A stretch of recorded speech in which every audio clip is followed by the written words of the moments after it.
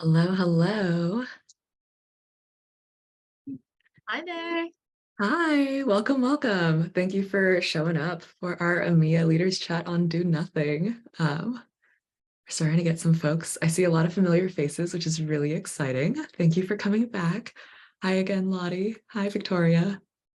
Um, Amazing. So thank you for showing up like right on time. You're here for Manager Book Club for our EMEA Leaders Chat. Super excited to discuss Do Nothing. Just literally the first few pages alone completely blew my mind, and I hope it did the same for you. And especially for Mental Health Awareness Month, it could not be a more timely topic. So while we're waiting for the rest of folks to trickle in, I'd love to start with like a little check-in with everybody. Love you to either mark a reaction or share in the chat how you've been feeling. As always, green is great, yellow okay, and red terrible. So if you want to share your heart and maybe a little bit of context as to why you're feeling that way, that would be fantastic. Okay, awesome. Lottie, I'm glad that you're green. Any particular reason why today's a green day? I had a week off, Okay, so I'm feeling really refreshed-ish, love sort of. it. That is fantastic. And also very, very good, especially given the topic we're talking about, to take time away and actually reset and recharge. Amazing. Let's see how other folks are checking in today. So if you're just coming in, we're doing a quick little check-in activity. Oh, amazing. Ollie, where in Italy did you end up going? Just outside Milan in a little town called Città Alta in Bergamo. Very pretty. Wow, beautiful. And I'm jealous. I'm so glad, and we can all live vicariously through you. Victoria, sorry to hear that you're overwhelmed by too many demands. Definitely something we can talk about today during Manager Roundtable and all the discussions for sure. Um, Glad to see Gareth, Kritika, you're also feeling green. That's fantastic. Um, okay, we're gonna keep just doing this check-in activity for a little bit longer and then we'll move on. Uh, awesome. So if you're just joining and stuff, we're just doing a classic little green, yellow, red activity. Feel free to mark a reaction, share an emoji, share in the chat while you're feeling that way. And super excited. Thank you for joining us for our EMEA Leaders Chat.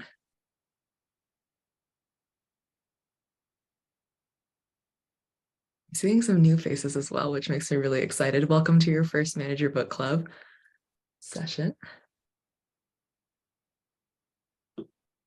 Amazing.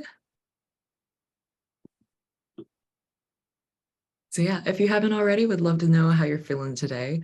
We're talking about some pretty interesting, powerful stuff. And so, yeah, amazing. Paul, you already applied some things from the book. Super excited to chat about that and what that looks like. That is fantastic. Yeah, it's been really interesting. Awesome. And really timely given that it's Mental Health Awareness Month. So that's awesome. Teresa, feeling productive. Love that. Karita, any reason why you're green today? Would you like to share? Well, our team is growing, so that makes me happy. Definitely celebrating alongside you. That's super exciting. Okay, we have 16 people in the room. I'm just going to move forward. I'm going to ask folks to mute if possible and stuff, just to make sure we're able to stay on top of this, and then we'll get going. So yeah, you're here because you're here for Manager Book Club, specifically on the awesome book Do Nothing, a great book on burnout and hustle culture in celebration of Mental Health Awareness Month. I would love to first start out by introducing your hosts, starting with myself. My name is Yen. I'm co-founder of Kona. I'm very motivated by this topic. Essentially, we built this company because we wanted remote work to be better, and specifically with burnout and well-being. That's something that I am constantly grappling with, thinking about, and trying to tackle. I give a lot of burnout workshops and I talk about this topic a lot. So just really excited to dive in deep with all of you. And passing along to my wonderful co-host, Monica. Hello, everybody. My name is Monica. I am the first marketer here at Kona. I love books. I read 100 books every year, and book club books are always like immediately on my favorite shelf. So, so excited to nerd out about books and management because those are my two biggest passions. Amazing. And so basically this session will run until the top of the hour. If you have to leave early, we do have recordings and stuff, so no worries. Just DM Monica and we can kind of make sure that we send you a special recording and stuff. And yes, Monica has the best plants, I have to argue. So amazing. And just a little bit of a call out. This book club, as always, is sponsored by Kona, the manager success platform and employee well-being platform in Slack. I'm going to give a quick little demo on a few features that you might actually find quite useful when it comes to well-being and the topics we're talking about. Kona specifically was designed to help us with managing team emotions. And so I'm just going to show off that feature really, really quick. So right here, you're looking at our Kona check-ins and stuff. If you're unfamiliar, Kona does those green, yellow, red check-ins right in Slack with your direct reports and teammates. And you can basically share how you're feeling. Honestly, today I was a little bit nervous, didn't get a lot of sleep. I'm feeling a little bit groggy as a result. Amanda, all the way in New Jersey, is also feeling a little bit tired, but she got this really pretty assortment of flowers and stuff. So you're able to share pictures, you're able to share about your workload. You can see that Monica is feeling very, very jazzed and ready. And on top of all these different little check-ins that you can do with your team and support your team through starting threads and everything, Kona will also message you a specific message when you actually feel a certain way. So this can slot in with benefits, but Kona basically reaches out to support you in the moment using an awesome kind of AI chat function. So just a little sneak peek into Kona and how it can be relevant, but definitely don't want to take too much away from our programming, so we'll jump right back in. Let's talk discussion rules. So if you were here last time, you're probably very familiar, just wanted to call them out again. First, I added another one. This is a lot about unlearning. And this entire session, especially part one, is about calling out some pretty systemic parts of how hard work is part of our well-being and our DNA. Just know that unlearning can be really uncomfortable. There's going to be some uncomfortable discussions and maybe some things that even feel like it touches your character a little bit. And so if you feel that, ooh, like that's completely normal, just want to call that out.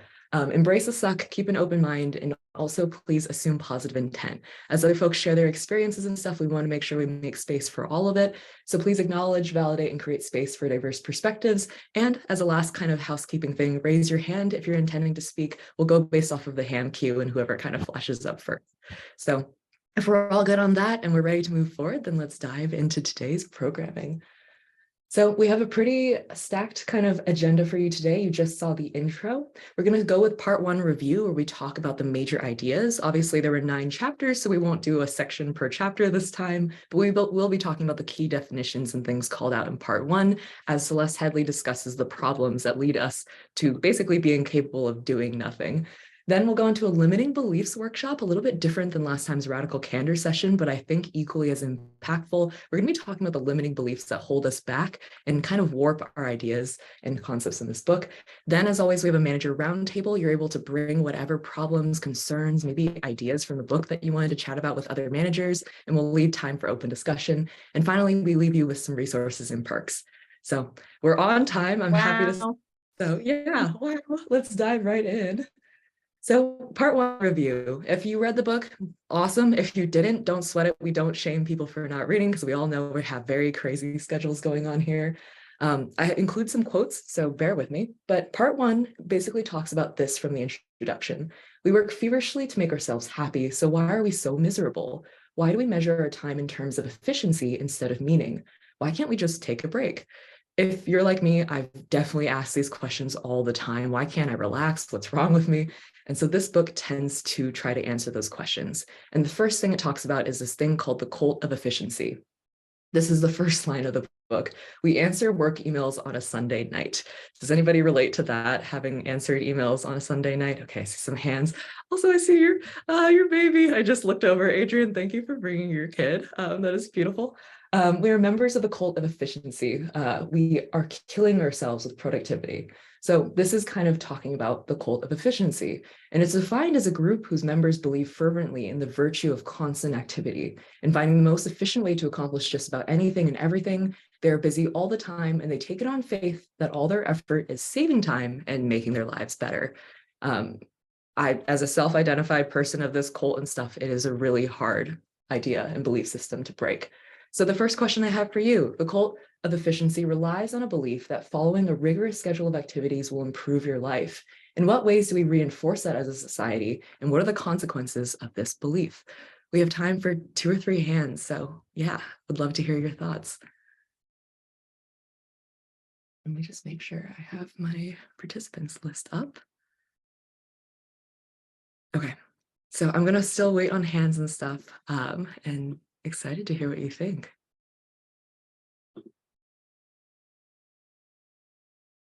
I know it can be scary to share for the very first time. Yeah, Kat, go for it. Kick us off. Hey, Yen.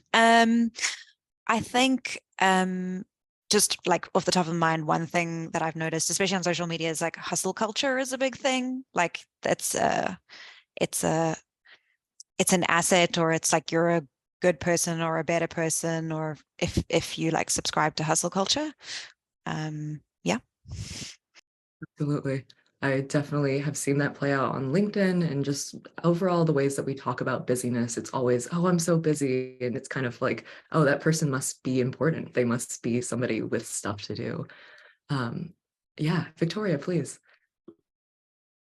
Also, well, it's a manifestation of that, but if you don't say that you're so busy, then people are like, or if you're not stressed, oh, then you're not so busy, then what are you doing? Like, Yeah, as if it is bad to not have anything to do. definitely. Definitely. Okay, we're getting some amazing hands.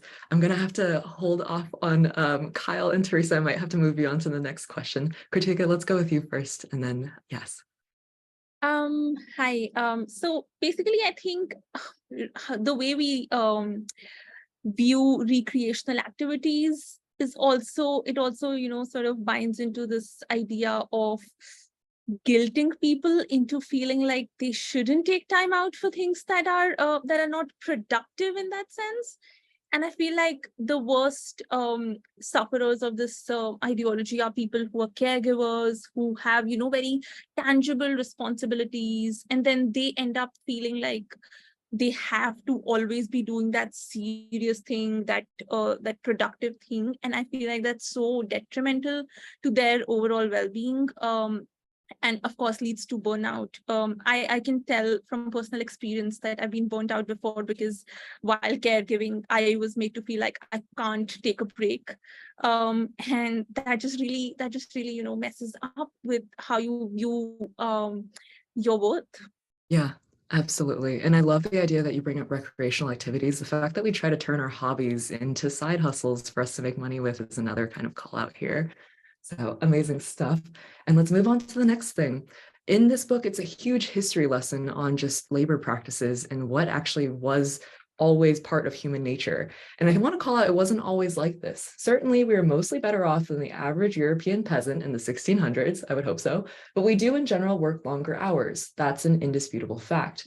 And as we go through, I tried to map out all the different history points and stuff. We don't need to go through this exhaustive timeline, but we actually realized Athenians had 6 months of holidays per year. Like that call out alone made me angry because I was like, can you imagine? Then we move into like medieval peasants not working more than the sunlight available, all the way to the transformation of the industrial era, the invention of the light bulb, these kind of stories of self-made people, of needing to go to work to be patriotic.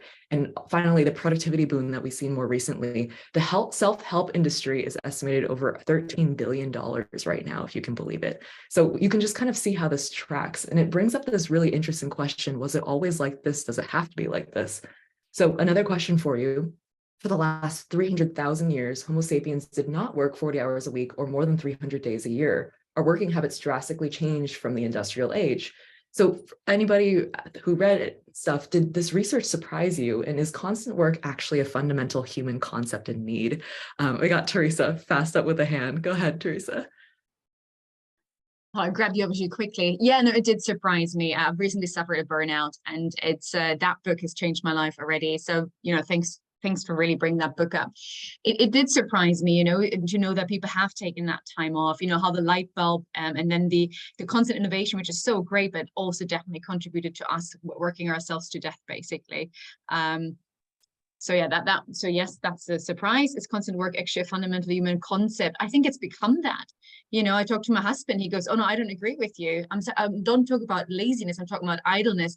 but it's so in our heads. And I'm from East Germany, right? I grew up behind the wall. You had to work hard to make it anywhere, right? You had to go make it to university and do us proud and, you know, get a good job. And so there is, yeah, I think it is a human concept, unfortunately. And I wonder if we can ever dial that back down again. It'll take probably hundreds of years again.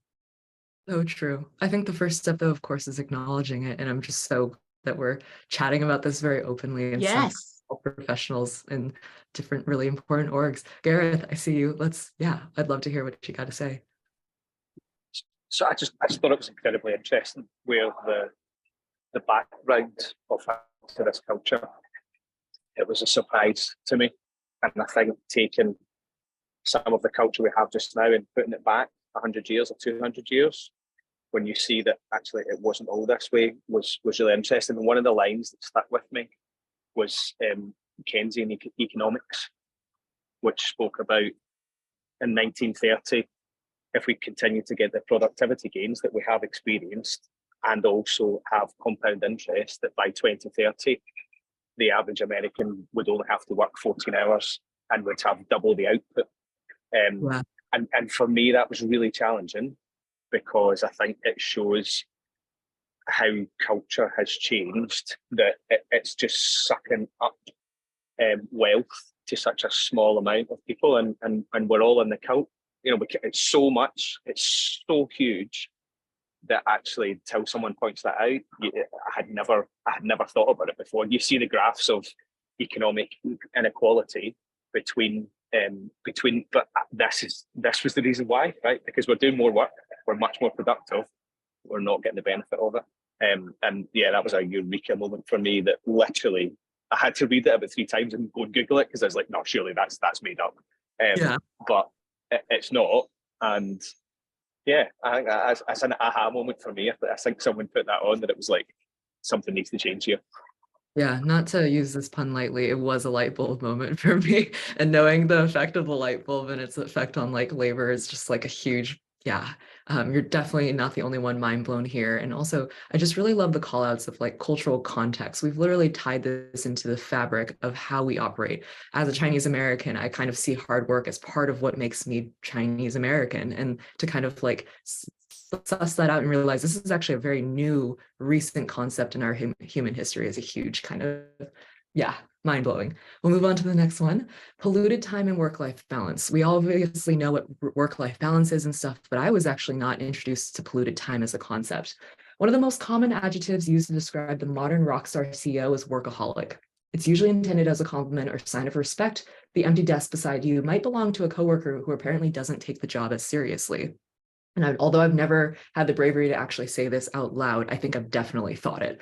And so let's talk about polluted time. This is a phenomenon caused by having to handle work duties off hours, being on call, or even having to think carefully about work issues or problem solving while technically not on the job. And if you were on vacation recently, Ollie, I'm thinking about your wonderful vacation in Italy. I know for me, I've tended to think about work while I'm on a beach. And I'm like, what the hell? I did not spend money on this vacation to think about work here. The problem of polluted time is that it's not something that we often turn off. And over time, we get this kind of time is money concept. I need to work longer hours or bleed that into my relaxation time. I feel guilty about rest. I burn out. Then I find some life hack to hack my way back into somewhat recovery. And then I'm back in time is money. And this just becomes a cycle over and over again. So I want to talk, how do you define work-life balance? What would an ideal work-life balance look like? And in your opinion, is it still possible to completely separate work and life? Heavy concept. I'm only going to give time for 2 questions to make sure we have time for the last section. I see a bright hand up. Eva, please. Also, am I pronouncing your name right? Is it Eva? Sorry. Yeah, it's Eva. It's perfect. Awesome. Thank you. Actually, I think it's a huge topic, at least here. I am based in Slovakia at the moment, and we do talk about work-life balance a lot, but I think the mindset is still more on exactly the ideal worker that is always online, doesn't take any vacation, and we have all the projects and everything done so fast that work-life balance is a topic. But I think the mindset is the crucial thing that we have to fix. That's the first thing we should fix, is the mindset and the idea of work-life balance in reality. Because I see that if I push myself, and actually the book is something that brought me really the aha moment, because the theory is perfect. I know everything I should and I shouldn't do, but if I look at my day-to-day activities and my hobbies and my family and the long hours I work, it's only the theory that I know, and I don't apply that. And people that I work for and the people that work in our team, I see that they are mirroring me. So if I don't put my mindset that really we should work on work-life balance, but the real stuff, then this will never change. So I think it's the mindset, not only being theoretically on the topic and give people benefits and inspire them to do things besides their work. It's not enough, and we need to change this because we will never break this vicious cycle. I don't know what to say. We are very productive, but it doesn't work actually. Yeah. I love all the hands. Thank you all for participating. We're going to be able to take Caitlin for this question, and then we'll move on to the final section. So apologies in advance. Thank you, Eva, for bringing up that point. And I think it's so self-aware to be able to call out, I know these concepts. I know them, like I know what I should be doing and everything, but I'm not doing that. I think just that recognition is really important. Also, the recognition that your teammates are mirroring you is really important. As leaders in this room, all of us have the responsibility to check this in ourselves and hopefully model this for our employees and make it possible for them to do nothing and take leisure time. Caitlin, let's pass to you. Yeah, actually, I was just wanting to really say that I agree. And I think with saying that not all jobs are created equal. So there are a lot of jobs where, like, for various reasons, it is harder to switch off and actually enforce that work-life balance. But for me, I think that in my personal job, I have experienced very different types of weeks. And generally, it's all about my approach to the thing. So like looking at my week and saying what I can and can't take on really helps. And there's this sense of like striving where you overcommit for the sense, feeling like you need to progress. And if you don't take on everything that someone asks you to take on, it's going to reflect badly on you. But what I discovered for myself is that if I take on things that I know I can achieve in a week and do those things well, and do have to say no to a couple of things, it doesn't generally reflect badly on me. And that is, I think, agreeing with Eva, it's like the mindset thing, like actually challenging yourself to, is this me trying to overachieve and exceed what's expected of me? Or is this, or am I just reinforcing that bad habit of not switching off and like running yourself to the bone? Yes. Oh my God. Yes. And also, well, first off, 1000% to that.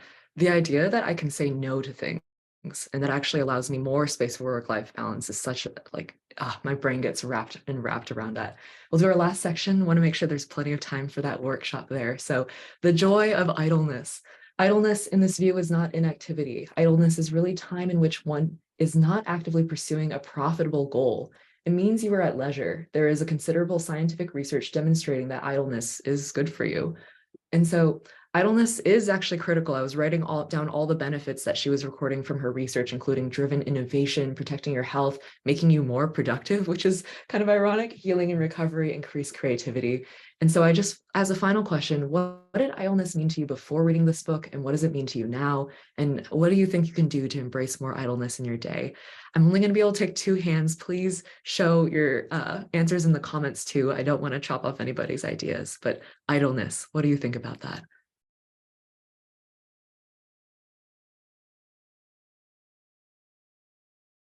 Okay, yes, Teresa, please.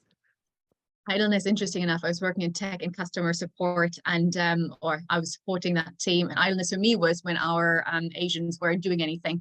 That was idleness, and we felt they need to be more productive. There was too much idleness going on. So that's when I heard about idleness, and what that means to me now is, and how I can embrace that is really just not booking in meetings back to back, putting some me time in there. And I started running recently. Practicing for a half marathon, so there's definitely lunch hour that no one can touch, and there is Friday, there's certain time that I just allow for getting ready for the week, so I don't need to stress on a Sunday what have I got on the Monday. So yeah, creating on purpose more space there. I love it. Truer things have never been said on a Tuesday. So thank you so much for sharing. Also, Ollie, I just want you to say it louder for the people in the back. Would you mind unmuting and just kind of saying that what you just threw into the chat, because it's mind-boggling. Yeah, I think that we say the wrong statement. It shouldn't be work-life balance. It should be life-work balance, and life should always come first. Yes, I don't know where to reach the clap reaction, but if I could, I would figure that out and definitely do that. Appreciate it. Amazing. So idleness, let's start to rework our relationship with that. And on that topic, I want to do a limiting belief workshop. I think a lot of us have this so ingrained in our kind of DNA and our operating manual that we've developed these really strong limiting beliefs that actually hold us back from being able to, like Eva said, do what we know we should be doing. And so let's talk about that. First off, if you're unfamiliar, no worries. I can explain what a limiting belief is. So limiting belief is that statement, I'm not good enough, or that kind of fundamental thing you learned early on in childhood or somewhere along the lines that 1, stops you from pursuing something you want, 2, prevents you from seeing opportunities that come your way, and 3, keeps you from appreciating your own talents, strengths, and self-worth. It's almost like a parasitic thought that you just can't get rid of, but it basically lives on top of your brain and constantly holds you back. So in those breakout, have honest conversations about our limiting beliefs. In that first scenario, I want you to talk about what is your limiting belief about being productive. An example of this is if I work more hours, I'll get more work done. A fundamental belief that basically prevents you from being able to actually take time off and relax. We're going to throw you into a little breakout room. You're going to know this person for a while. So please introduce yourselves, get familiar, and make a little friend. And yeah, without further ado, we'll kick you off there. And Monica's hard at work helping me set this up. 1 minute because it's loading very slowly. Okay, fantastic. Does anybody have any questions? If this is a new concept, it can be a little bit confusing. Are we good on limiting beliefs and how they work? Okay, fantastic. And this is a vulnerable conversation, so please give your person compassion and grace as they share about what they're experiencing. Almost there, one last room.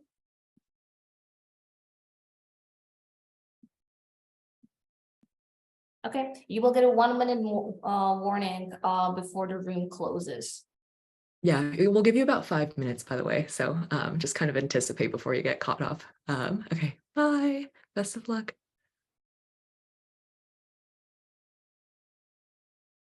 Hello. I know that wasn't any time at all. Hopefully you didn't leave your partner on a cliffhanger, but don't worry, you'll be back in the room. So fast. Sorry. Definitely want to make time to have y'all be able to properly discuss. And also the good news, please add all the names that you see here on LinkedIn, make forever friends. Do not just limit it to only meeting up during this book club. And if you really clicked like meet up again, coffee, even virtually can make a world of a difference.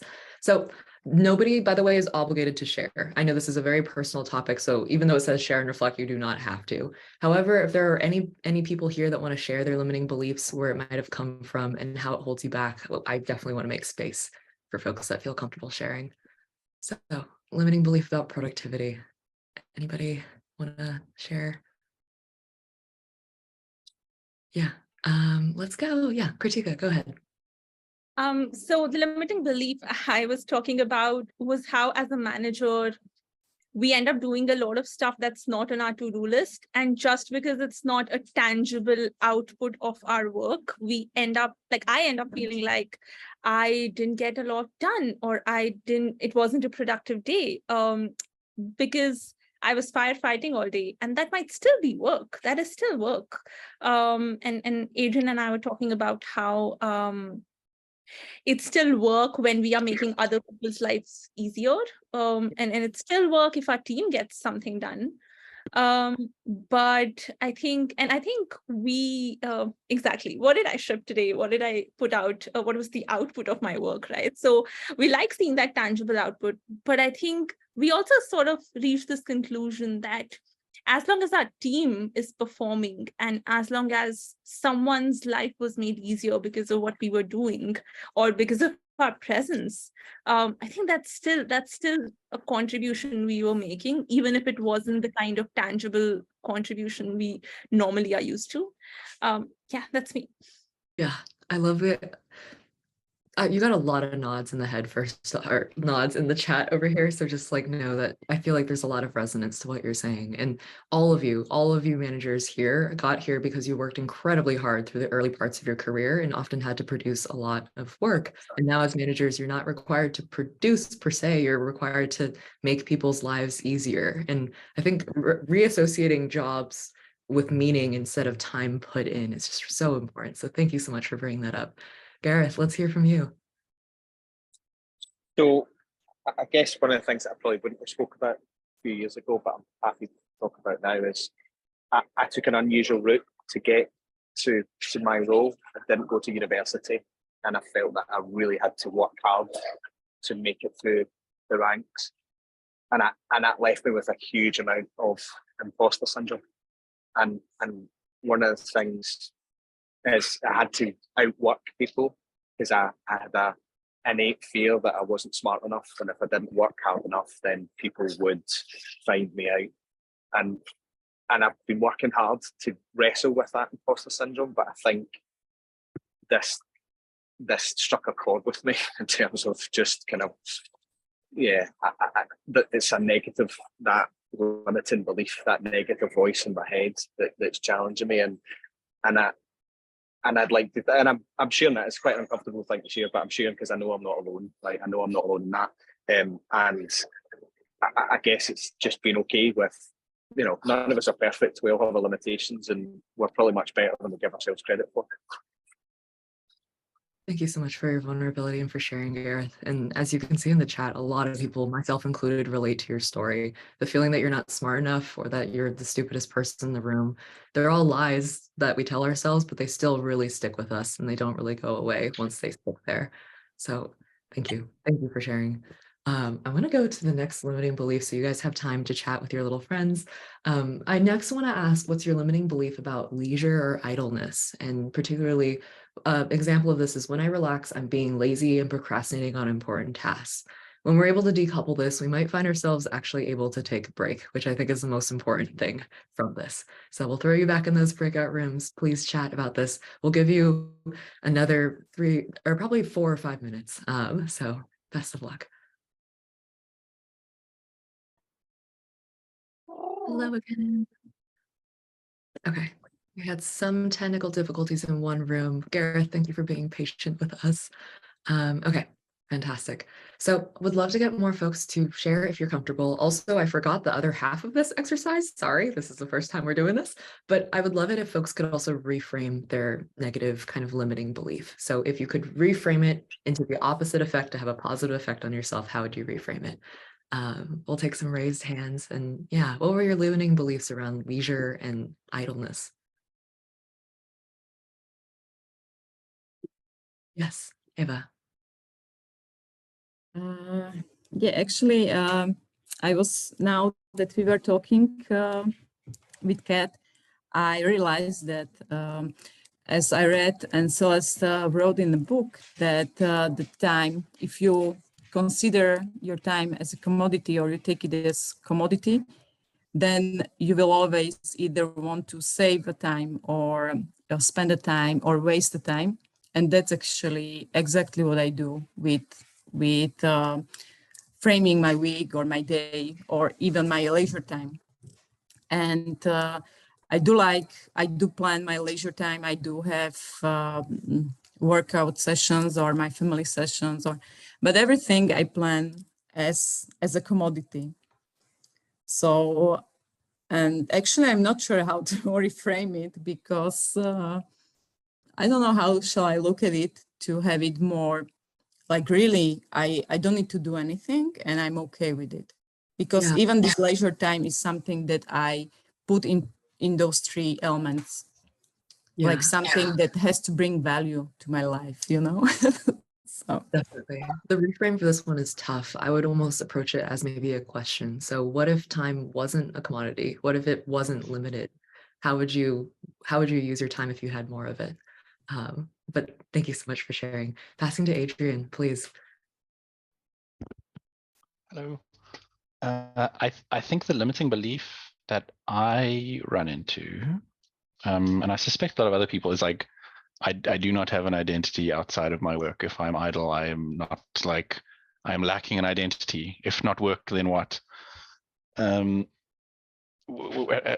there's probably data on this, but the sense I get is that a lot of like hobbies, or maybe she mentions this in the book, I'm sure she does. I was listening on 3x speed, so I might have missed some stuff, which she references in the book. Like the prevalence of hobbies feels like it's going down, like, and hobbies being things that you're interested in that aren't work. So then it becomes actually quite concrete. Like if I'm not working and I don't have hobbies, then I literally have nothing to do.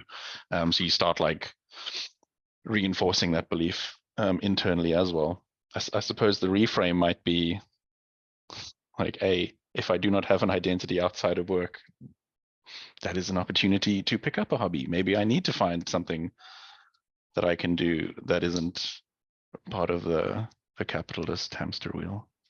Yeah, definitely. Or maybe do nothing. Maybe you don't True. have to have like a productive hobby. Yeah, super challenging stuff. Thank you so much for sharing. Victoria, we'll take you, and then we'll move on to our manager roundtable. I just wanted to share something brief that Ollie and I agreed to, which is it's more difficult to not do things than to do things. And my example was, for example, like even in leisure time, I tend to multitask. You know, I'm maybe taking a walk and then I'm listening to music and then I'm working on my posture.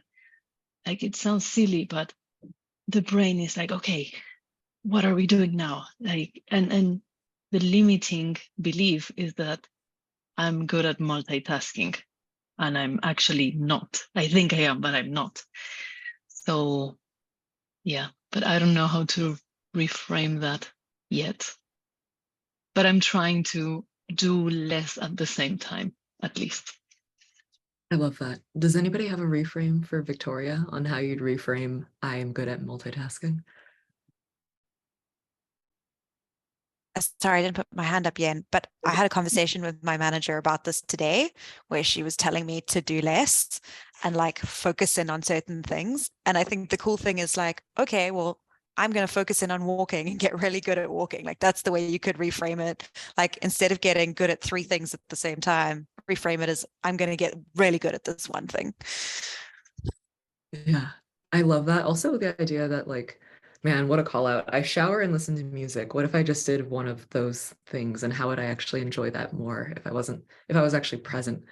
Thank you so much, by the way, all of you, for your vulnerability. This has been one of my favorite conversations, and we have more sessions, so it'll be really interesting to compare the EMEA leaders with other leaders, and I'll have some takeaways from that. But now it's time for our open manager roundtable. I've given you less time than I would have liked. We only have about 10-ish minutes until top of the hour, but would love to hear if you have a problem or something came up for you in the book that you wanted to ask your fellow managers in this room. Now is your space to do it. We will take hands first just to kind of avoid any chaos. But yeah, what open questions did you have from reading this or just from day-to-day life?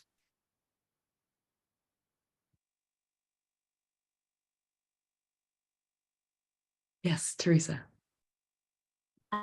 Yeah, my question to you would be, so I work in HR and I've got a small team, but I wonder as managers, as we all are, what are we going to do to promote that work-work balance, as Ollie put it? You know, what is there? Because you have all well-being channels in place, you've got this, you've got that, but really we're still here, aren't we? You know, and I think from what I see is this book has really brought a lot of good stuff out, but where are we going to go from here? And so maybe any ideas that anybody's had already of what they're going to do different at work?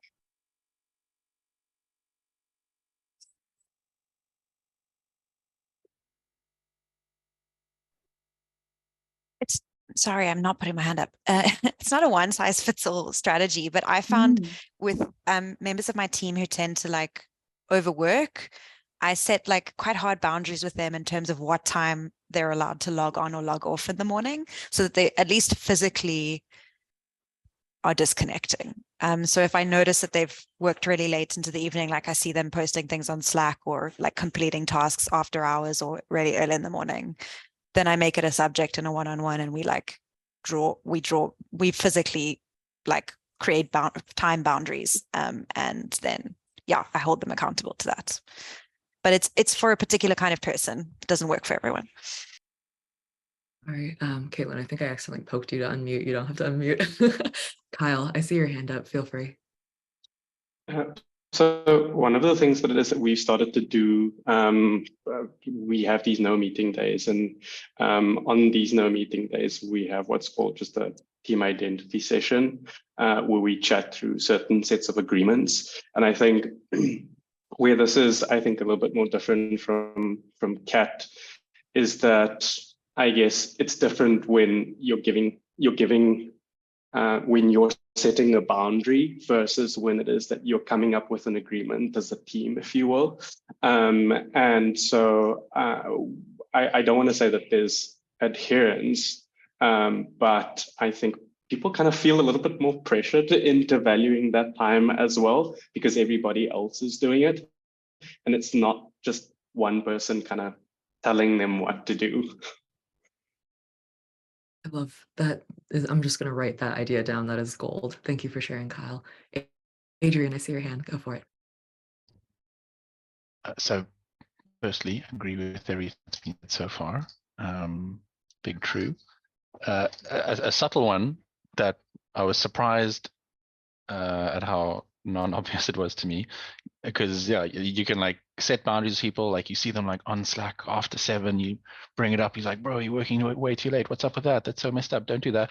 And then you start posting things on Slack at like 8 o'clock because you're like, no, well, I can manage myself, like I have got my own system and blah blah blah blah. It's everyone else who needs to, you know, get their stuff in order. But then realizing like, okay, wait, do I need to send this now? Like, what sort of signal is it sending if I'm like, you know, dropping huge paragraphs on Slack after 7 o'clock at night, which might work for me. Like, you know, we've got a kid, we put the kid to bed. Maybe I took some time earlier in the day. So like, you know, I'm doing this for me, but that's not the signal. Like, does this need to be sent now? What is it broadcasting if I do that? What I love about that example is just the power that is in this room. Every one of our actions ripples out and basically reflects and influences a lot of our direct reports, our teammates, our colleagues, other managers in the space. And so how we basically have our own boundaries, how good we are about that, and our own self-awareness about our work habits and their limitations, that has tremendous effects on other people. I think to answer the question that was brought up, it's very difficult in an HR space. You definitely do not have an easy job to try to processize this for an entire organization. But I think there are just like understanding the different shells of this problem. So there's, how do I like manage my own kind of relationship with work? And then how can I enable managers and teams to enable their kind of best type of work? And then how, as an organization, can we scale that? And each of those is going to need different situations and solutions, but calling out the different shells that are present, I think, can help you strategize for each particular one. So hopefully that helps a little bit, Teresa. I saw a hand earlier with Teresa that was raised up as well. Do you remember whose hand that was? We have time for one more question. Kritika, was it yours? Okay. Yeah, so my question's basically, and I'm not sure how I can frame this as a question, but every time I think about empty spaces of time, empty interstices in my calendar, for instance, my mind goes to the opportunity cost of not doing anything in that time. And I feel like when, you know, you are in charge of budgets, you're in charge of so many other things as well, I get pressure from managers above me to get the best out of the people below me. And I feel like there is this constant struggle to get the best out of people, but at the same time, nowhere to stop. But the opportunity cost keeps ringing in my ears. What is the opportunity cost of letting this mistake slide? What is the opportunity cost of not doing anything today? What is the opportunity cost of not delivering a particular thing at a particular volume? So I feel like sometimes it's really ambiguous to know where to draw the boundaries, because we do operate in gray areas a lot of the time. But yeah, I think that's a challenge I face. Such a relatable challenge at that too. I definitely think of time as blocks of very, very valuable money. And so how do we unlearn that? Does anybody have any tips for Katika, or maybe just resonance with that kind of statement?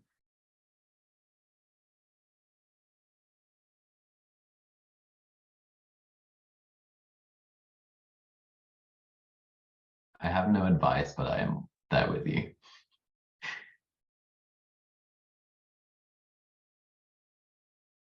Victoria. I think sometimes you might not have the response now, but you can also try to sit with the discomfort, and then give it time.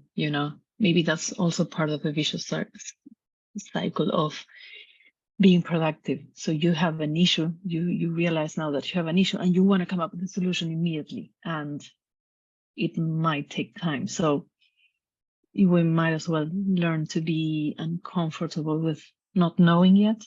I mean, I don't know if it helps, but